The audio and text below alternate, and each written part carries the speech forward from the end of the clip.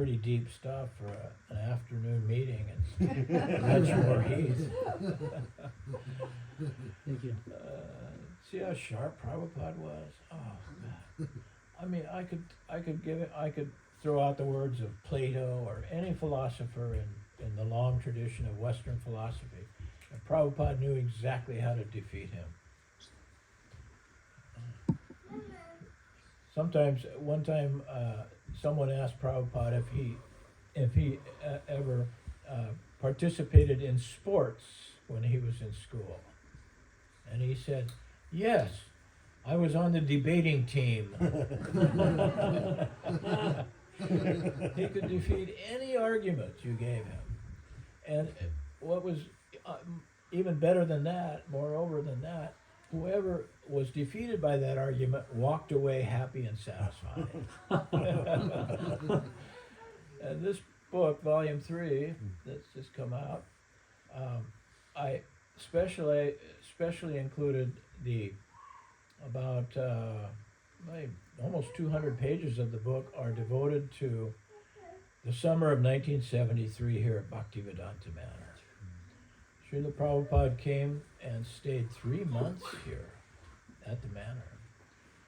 July, August, late June, July, August, and much of September.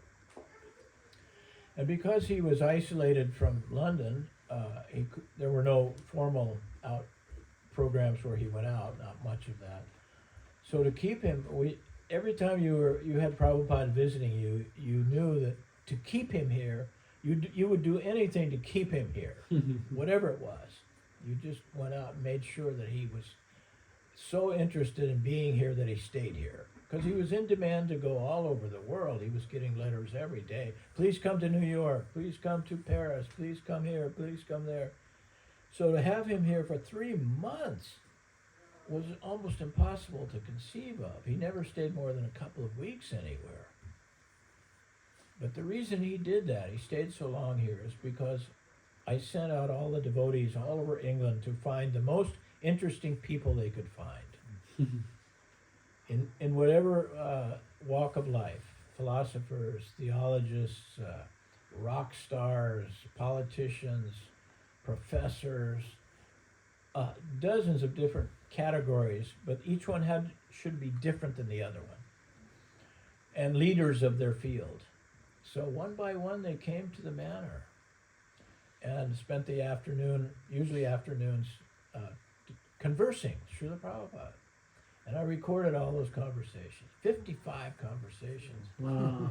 So those are included in Volume 3 also, besides the philosophy. These conversations,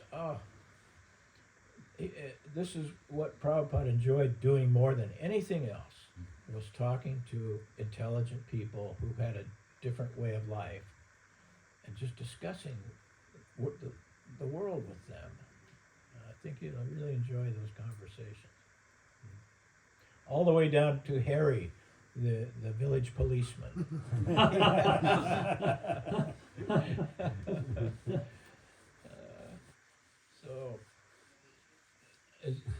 Does anyone have any topics they'd like me to talk about? Yeah.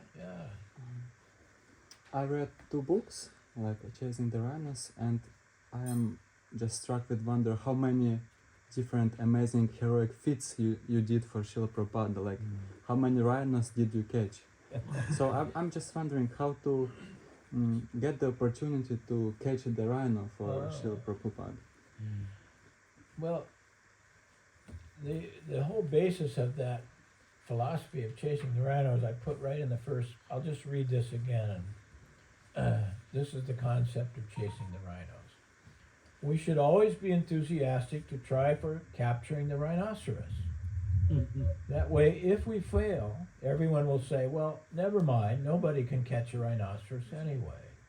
And if we succeed, then everyone will say, just see what a wonderful thing they have done.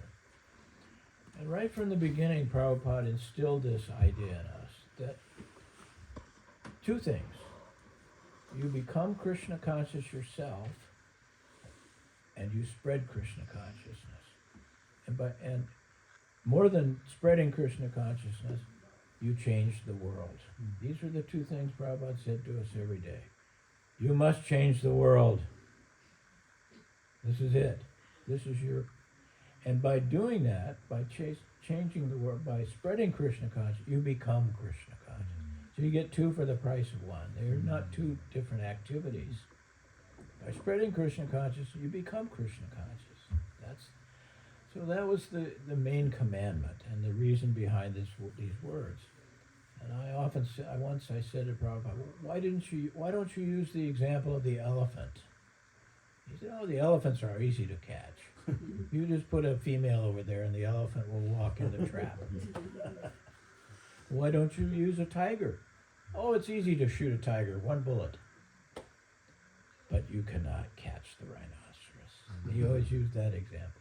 What he means by it is you take the biggest dream you can come up with for Krishna as an act and aspire to it and chase it. It's called risk. Risk. The bigger the risk, the more reward. Yeah. Even if you fail, it doesn't matter. Nobody can do that anyway. But if you succeed, Krishna will be so happy. This was the early philosophy that was driven into. Now you might be able to understand better how just a small group of people, 5, 10 at the first, and then 20, maybe 30 at the most, went out all over the world because Prabhupada instilled this in us. And we could see it happening, that if I really want to do something for Krishna and I put all my energy into it, it's amazing to see that Krishna will open all the doors and push all the obstacles away. I mean, we had this dream in 1968 to come to London and meet the Beatles. You can't imagine, probably most of you, how famous these four men were in those days. They were more famous than any president or prime minister or anybody else in the world. These four men were the most famous, by far. And with this as a rhino to chase, we just took off and worked as hard as we could toward it. We arrived in September 1st, 1968, and by Christmas, we were chanting Hare Krishna with the Beatles.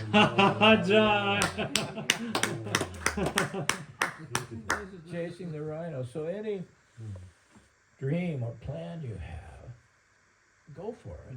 But do it with other devotees involved and make a strategy. We had a strategy. We did things that you couldn't even imagine to get these guys' attention and stuff, and it worked. So and as you risk like that, throw out, just throw it out there. It's amazing how Krishna will help you, and then you get to see the magic, the Krishna magic working, and that makes you more Krishna conscious. My whole philosophy of life is Krishna's magic. Everywhere you look, once your eyes are open to it, you see Krishna's magic everywhere. And it's personal. It's very personal. Krishna, as a person, is in everything. Someone asked me last night was my first speaking engagement at East London. And one lady asked me a very important question. How do you maintain your Krishna consciousness? What's the secret of getting more and more Krishna conscious? And I answered that, I'm not a really good example. I have to struggle with it every day, just like everybody else, remaining Krishna conscious.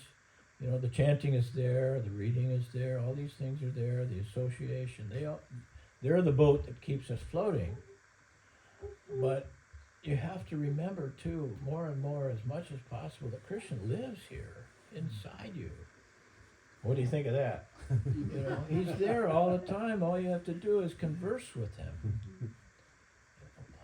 How am I going to handle this, Krishna? Like that. And everyone's different. Everyone's going to have a different way of relating to Krishna. Completely different than my way or his way. So that becomes apparent to you gradually. And the more and more you think about Krishna. One of the little tricks I've come up with in the last couple of years, living in seclusion, you kind of become very self-observant. You're watching yourself all the time.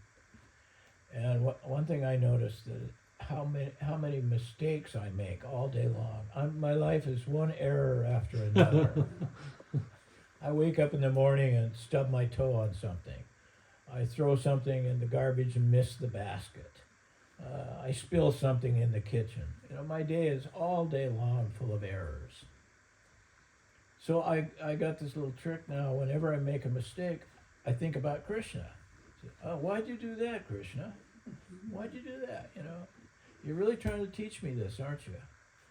And okay, that's one way. At least anything you can do to focus your consciousness on Krishna. It's all personal, but you're a young man. You have so much energy. What are your skills? What's your training? I'm trying to be a videographer, films and Build photographer. what? Videographers. Videographer. Like video making, films, photography. Okay. That's wonderful. Use that ability and that experience to create the most fabulous thing you can think of. And even if it's far beyond your means now, figure out a way to make it happen. You mentioned, Shyamasundara Prabhu, you mentioned strategy. Strategy. Yeah. Yeah. It's a very important point because maybe some of us has big plans. Yeah. Rhinos, they are somewhere there. But the strategy, how do you approach these rhinos? What question did you ask You can't yourself? plan too much. You kind of see the signs and indications as you move along the path. This door is open. And it's best to do these things in conjunction with very close friends, if possible. Like the six of us when we came to England, because we were childhood friends, most of us. We grew up, went to school together and stuff. So we knew each other's minds very well, and so we could sit down and plan strategies and have fun doing it.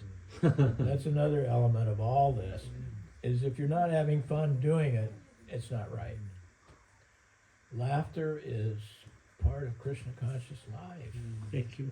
Yeah. So if you have a plan to do something, sit down with your friends, your close associates, and plan it out. Step by step, and look for the signs. Look for the guy. Krishna's always helping you open doors here and there. It may be something very small, and then there's an opportunity. And once the whirlwind starts, it gets bigger and bigger and bigger and bigger, and it gets more fun and more fun and more fun. And then you see Krishna more and more and more. I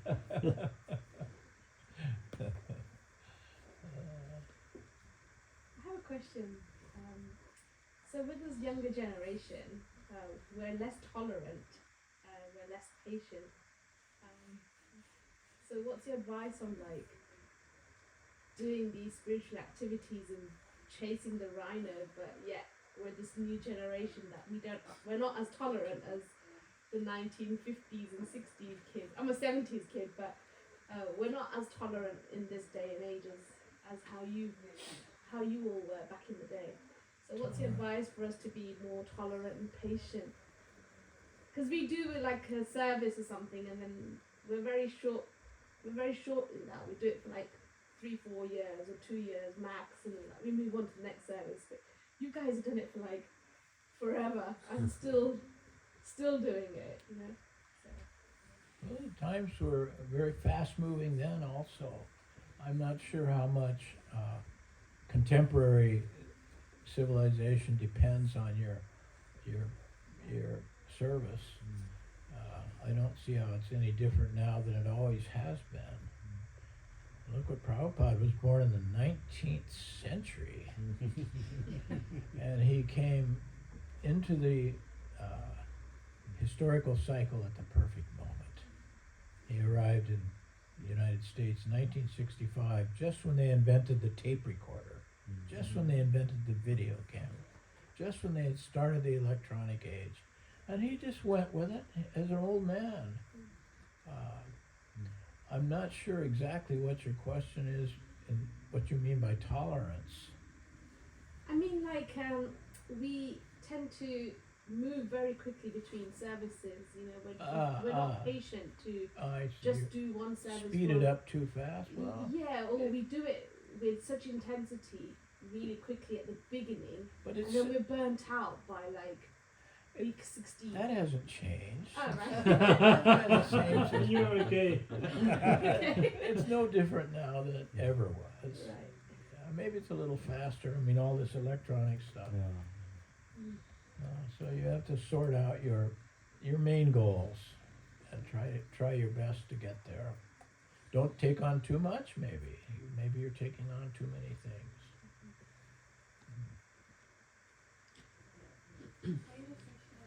Yes, please. Can you please a little bit louder? Come Can you come take closer. this over? Maybe take this one. Oh, maybe yeah. Hare Krishna, no microphone. I stopped talking with microphone. Okay. Then louder. I got imposter syndrome with my microphone. Hare Krishna, thank you for this. So I'm very new to the movement, just few months, so I'm very beginner. Yes, since January. So I guess I'm a bit confused still on so many things.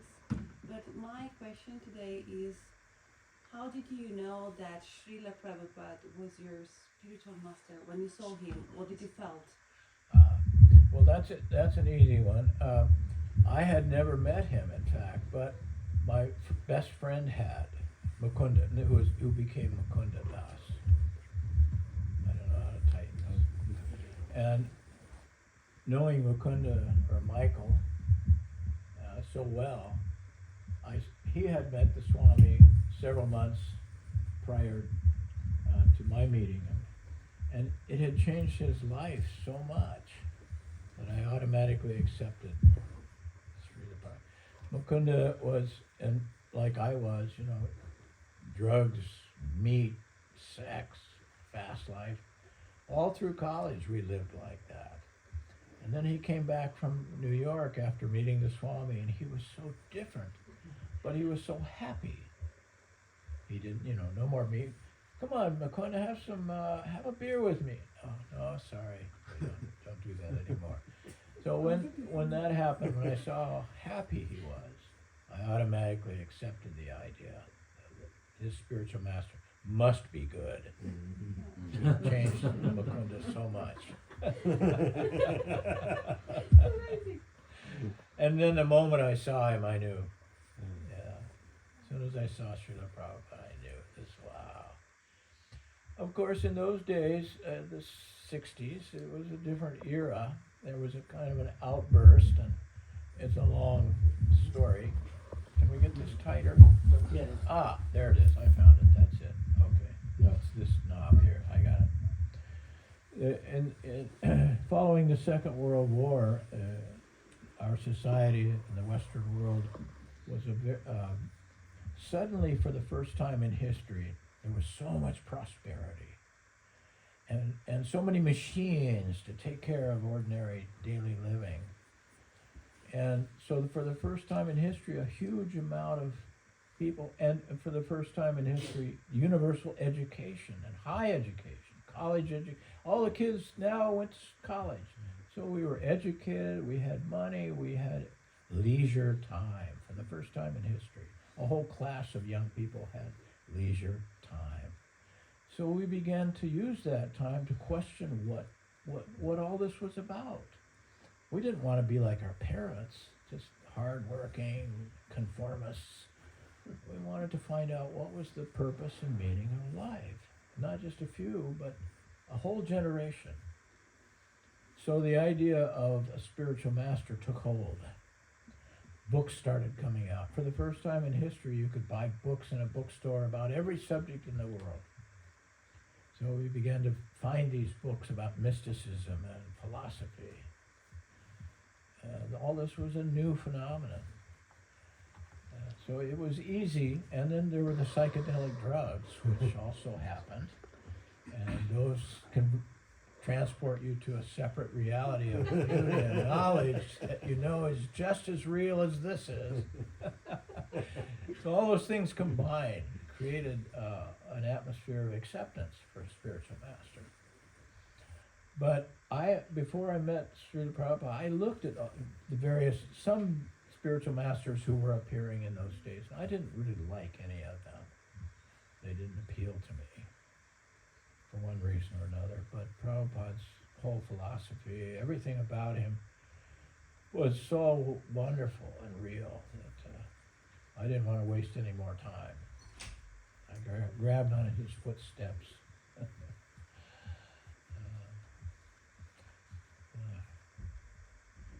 Seeing all this, what's happened in almost 55 years, how this has all flourished with your schools and prime ministers come here to worship. Where is this happening anywhere else but England? But not just England, all over the world, Krishna consciousness is expanding so rapidly because we have a hold of the absolute truth in its purest form. There's no other source that's this pure. So it'll live. Because Prabhupada's books are there forever and ever, this truth. And it's fun. It's full of happiness, and it works. So it's just going to keep going and going and going and going. There's no stopping. I saw the other day an article in the Dandavat website about the new Bhagavad Gita Center in Antarctica. Did you read about that? A bunch of Indian scientists they're stationed in Antarctica have started a Bhagavad Gita club down there. Wow. They're chanting Hare Krishna at the South Pole. And there's a wonderful little temple in Murmansk in Russia, the northernmost city in the world. So it's just expanding everywhere. And I'm just so pleased to have been able to live long enough to see it, without any doubt. And I've put all of my thoughts about this stuff in the epilogue of my latest book. How do you feel seeing the manna now? Like, you were here at the very beginning of the project of the Bhaktivedanta manna.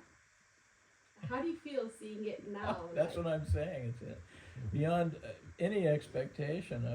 When we first got this place, there were 20 devotees, and we had no money. Zero. Look at it now. And we had Berry Place to support. Wow. We didn't have money for light bulbs. That was incredible. But we were so full of energy and like I keep talking about, referring to Krishna's magic. Once you see that and experience how it's going on around you all the time, perceive it, I sense it, it all becomes easy. You don't lose hope. Nobody ever lost hope when we had this huge project out here to do. And now seeing it, I see the seed that was planted here 55 years ago as just growing, having grown into not just one, take an acorn, it's that big, you plant it in the ground. 1,000 years from now, you get one big oak tree. But what's happened is, in 50 years, there is now a forest of giant oak trees throughout Britain. From that one acorn, what, this big? That's magic. Shyamasundara Prabhu, can you tell me this moment when you first time you saw the Prabhupada? What's your impression? What you felt that time? People ask me that sometimes. I don't remember.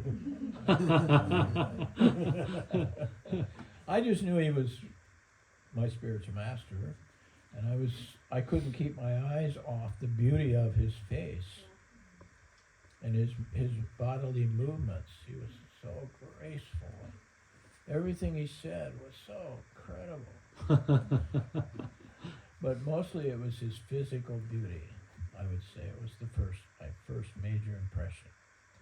How beautiful he is. Mm. He was, And here, some people from Ukraine, and we would like to ask you details. The trip to Russia, the famous USSR. oh, the first. Yeah, that was it's bad. important That for was us. a magic 5 days. Woo. Well, it's described in this book. Volume 2. Volume 2. But in order to get, we only have a few volume 2s left. In order to get it, you have to buy the whole set.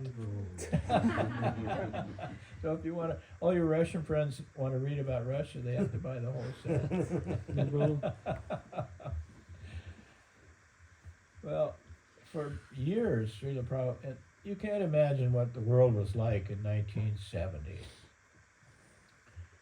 It was the Soviets and the Western world at war, basically, much like it is right now. Yeah. It's almost like a full circle to where we are right now. I mean, can you imagine wanting to go to Russia right now, Moscow? It would be very difficult. And you would be under constant surveillance and persecution. Well, it was the same in 1970. There was an iron curtain that divided the West and the East. Impossible to go behind the iron curtain. Nobody could go. Prabhupada kept saying, I want to go to Russia. We would say, why do you want to go to that place? Those people are in deep Maya. They need enlightenment. So a number of devotees tried for years to get him a visa, without succeeding. And one day in Bombay in 1971, May, Prabhupada asked me. He said, "Can you get me a visa to Russia?"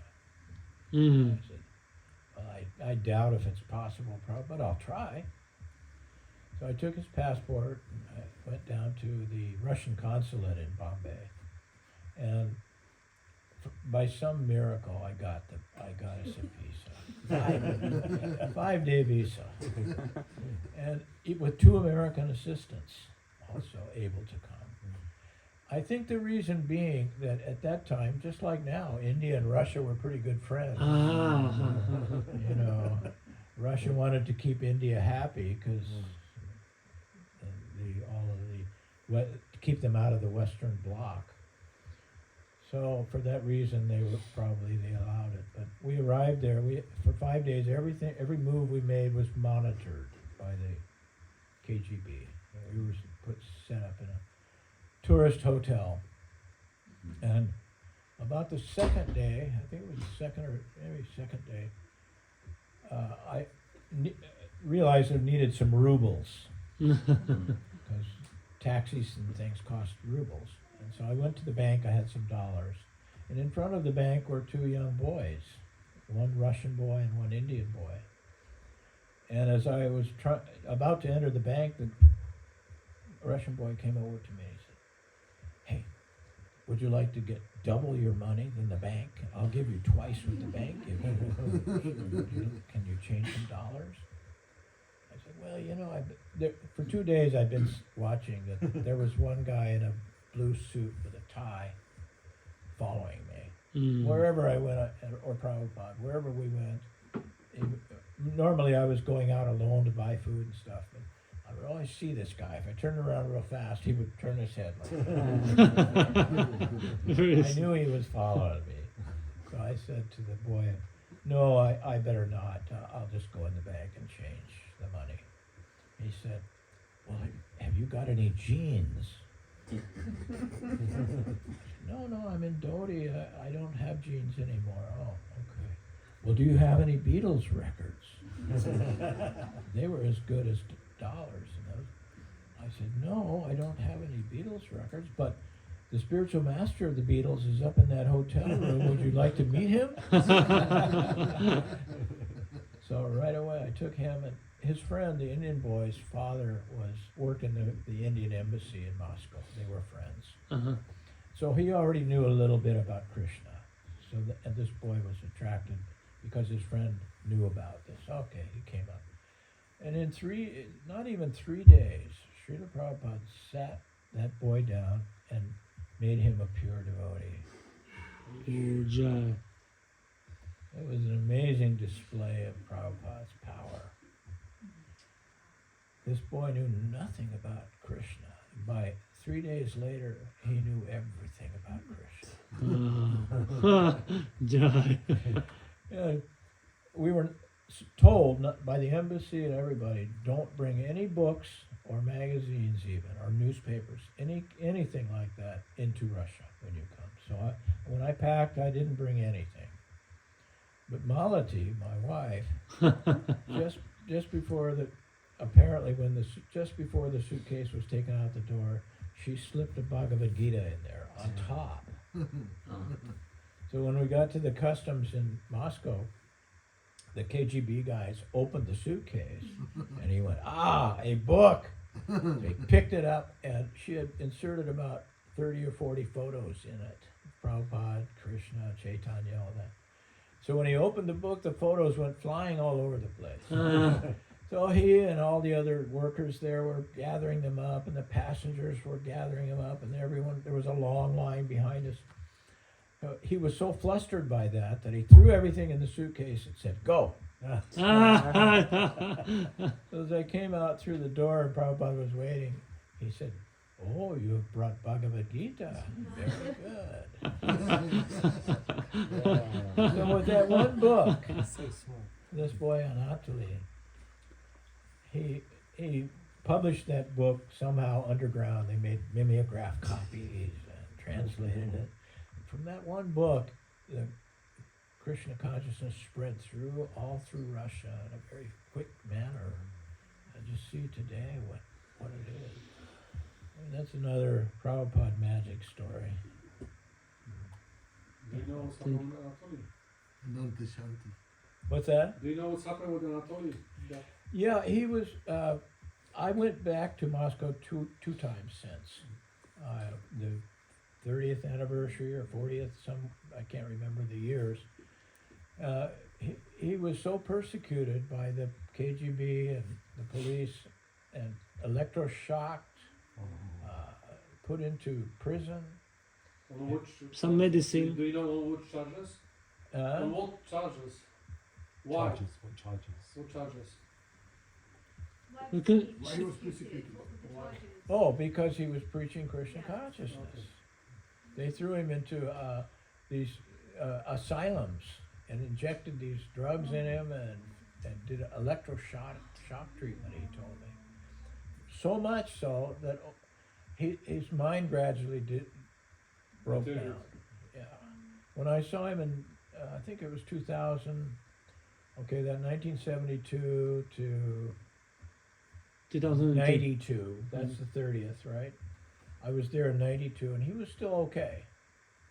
He was still pretty good. And the devotee, he came to the temple and it was easy to see him. But when I came back in 2012, I think it was, I said, where's Ananta Shanti? They said, oh, we don't see him anymore, or he's gone crazy. So I called, I had some devotees track him down. He was living in his mother's apartment somewhere in Moscow. So he agreed to meet me down below in a park on a bench. And I met him there. And he was sometimes very lucid and remembering Prabhupada and happy, and then his mind would just wander somewhere else. And he would start talking about aliens from outer space and all that kind of stuff. The poor boy. He's one of Russia's greatest heroes. What he endured. We can't even imagine that.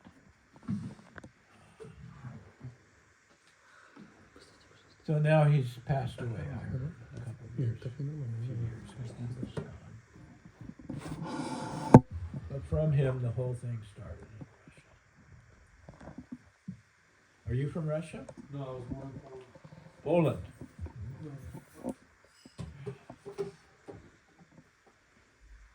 Well, from Russia, it spread out into all the Soviet countries. No, it was thanks to Harikesh, Krishna Kshetra, Yeah, Nanda. Harikesh, I remember him. Thank you, Shyamasundara Prabhu, for this answer. Amazing story. Do you remember that moment and that talk when Prabhupada offered you to become his secretary? Oh yeah. Well, it was the morning I came back with his visa. Russian visa. Quick, He quick said- promotion. Yeah. Promotion, instant promotion. Yeah, here's your Russian visa, Prabhupada. He says, oh, he said, now you shall become my personal secretary. Wow! Happiest moment of my life. 2 days later, we were on a plane to Moscow. Wow! Yeah. We didn't know anyone there. We had no contacts. Well, we had a letter from a Russian professor saying of Oriental Studies saying that if you are ever in Moscow, please look me up. That's the only contact we had there. Amazing. I have a couple of questions left. Can I just take a short Yes, break? water. Yeah. Bathroom break? Yeah, sure.